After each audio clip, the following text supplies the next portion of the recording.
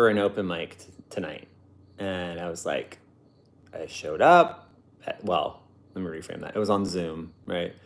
And I got myself organized, sat down at the computer. It was 6:55. I could have sworn that I had registered for this thing in advance. But as it turns out, maybe I didn't. And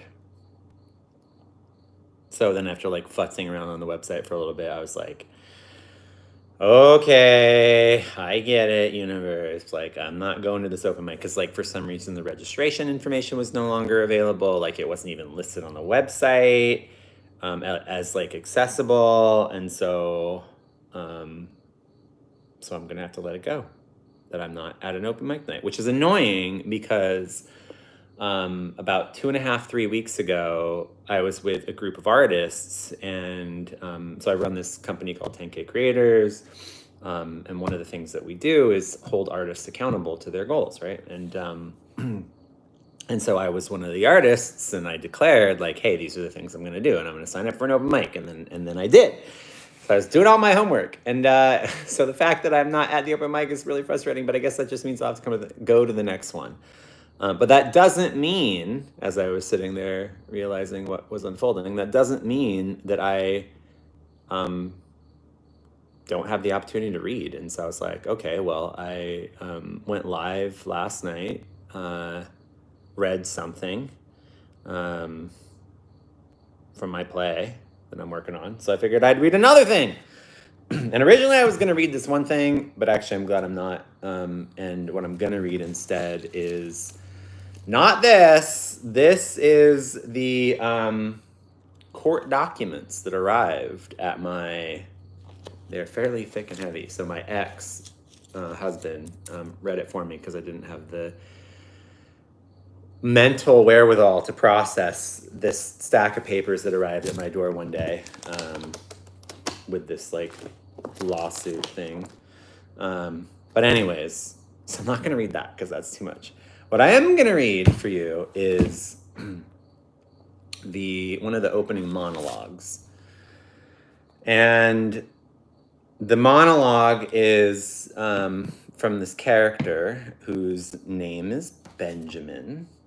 Benjamin is the businessman, right? And he's sort of the first character that Joel, the main character, meets when he, when he sort of kind of, well, I don't want to say wakes up, but basically what happens is like the stage, the lights are out, the lights rise dimly, and then downstage center, there's a man, and this man, who is Joel, is sort of expanding and pushing against this filament encasing that is over his entire body. So it's sort of like a cocoon in a way, right? And he's moving, and then there's like this cello playing in the background, which I hope to be Greg, who's my collaborator. Anyway, so Joel is writhing around, and then he kind of like climbs his way out of this like cocoon thing and plops onto the floor. And then as he plops onto the floor and kind of gets his grounding, and remember, I'm not an actor, I'm just the playwright here. So please forgive the lack of theatricality in the reading of it. He says, it all came down to money, right? And so then that's the first line. Then the lights dim on Joel, and then upstage, there's this giant electronic billboard that sort of crackles into life, and a man appears dressed in a pinstripe suit, wingtip shoes, a hat, and a briefcase, and he flicks his cigarette off to the side and then addresses Joel, who remains standing downstage, naked, sort of dripping in this sort of like cesspool of rock, right? And Benjamin, the businessman who's all about the money, right? Benjamin says, "Hey, kid." Joel lifts his head facing out, indicates his gaze up to the billboard, listening to Benjamin. "I heard you mumbling, and you're right.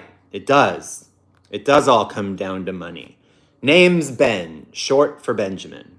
Now don't you worry. I know I look sharp," laughs. Gotta dress. It's like, yeah, I'm clearly not an actor. Gotta dress the part because clothes make the man. But I'm not here to sell you anything. Oh no. All I need you to do is trust me. Pay close attention. I'll show you how to succeed in the most profitable way. But before I do, you need to know this. Business is just a game. In this game, you win some, you lose some. A bit of collateral damage comes with the territory. Sometimes you have to cut your losses.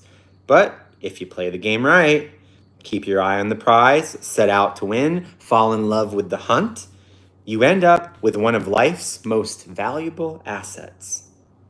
Money. Yeah, you heard me, kid. Money. That green, glorious paperwork of presidents past, brought to you by the efforts of other men's labor, the sweat of their brows, cogs in the wheel. The less they know, the better. They just follow along. Money, the kind of paper that moves mountains, transforms nations, and brings men to their knees. It places you at the top of the heap. With money, you can have anything you want, your heart's deepest desires. It's the key to success. You want to travel? Money. You want a home? Money. Need a new car? Money. Food on the table? Money. Sex? Money. Once you taste it, you'll want more. Like gambling, drug addiction, just one more card, just one more hit. Money makes the world go round. Don't you forget it, kid. Listen to me. I'm not some Susie Orman soundtrack playing on your grandma's Cadillac, you understand? In the world of business, it's eat or be eaten. So by God, don't be lunch. Don't plan to be lunch. Instead, be top dog. Climb your way up that ladder. This is not child's play. You got to draw the line. Cut the unicorns from the budget. Put your idealism in the shredder, kid. Got debt? No big deal. Just dispute it. If they don't keep good paperwork, it goes away. Need extra bucks? Just borrow from Peter to pay Paul. It's all about who you know. Yeah, sure, it's cutthroat, but don't worry about that because you got me. And I got your back. I've been there before. He who represents himself has a fool for a client, so don't be that fool.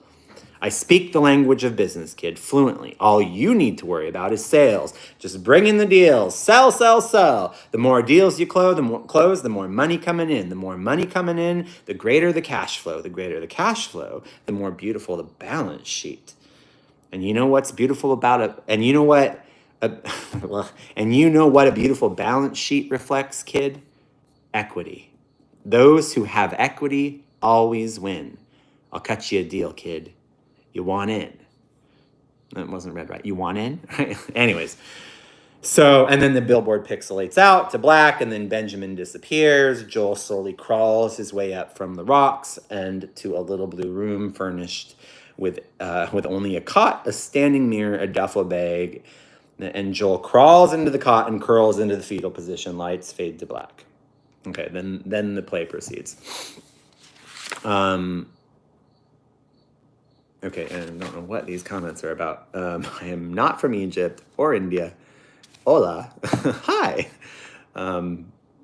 That's a peach with a puff. I love that. Anyways, whatever. So that play, this character specifically is, I don't want to say the antagonist, though maybe he is. He's the one in the play that begins to encourage Joel to, explore the world of business. But clearly Benjamin has his perspective on what business is. And it's interesting because he's not a real person. He's sort of this digital billboard character that shows up in the memory of this person's of this main character's life. And there's some really interesting things about this particular monologue because different pieces of it sort of reflect, and again, remember this whole play was based on a real scenario or a real situation for me, and some of these sound bites that Benjamin offers are things that I learned about business right along the way. And I think some of them are complete BS, and sort of the prioritization of money is like the holy grail of humanity is also ridiculous. But